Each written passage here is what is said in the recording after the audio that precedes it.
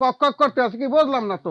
তুমি রানবা কতক্ষণে আর আমি খামু কতক্ষণে আর আমি রেস্ট নেবো কতক্ষণে কি হয়েছে? তুমি যে কামটা করছো পৃথিবীর কোন হৌরে এই কাম করে নাই, তুমি পেরতম করলা।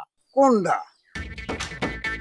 নতুন বউ, তুমি সব বাসনীয় জিনিস লই আইছো, এটা কোন ধরনের কথা? হ্যাঁ, এটা তো এক ধরনের অত্যাচার করতে আছো তুমি। মোর মায়ের যে কালে তুমি বিয়ে করছিল, তোমার বাপেও কে পিলে অত্যাচার করছিল? ওর বাপে করে না, মই করছিলাম। তোমার মায়েকে বিয়ে করার পর প্রথমে তাকে পাকঘরে ঢুকাই দিয়েছিলাম। মহিলাদের পাকঘরের সাথে একটা নিবিড় সম্পর্ক আছে। পাকঘর, রান্দা এবং মহিলা। বেন্যাকালে ঢুকবে, আর্যকালে বাইরেইবে, খালি রান্ধন আর রান্ধন, এই তাদের কাজ। ধরার কান্দ নাইতে আছে। কেন? মোর বলল গিয়া না, তোমার বললি, মোর মায়ের লিখিয়া। মোর মায়ের উপরে তুমি যে কি অত্যাচার করছো এই এখন বলতে আছি।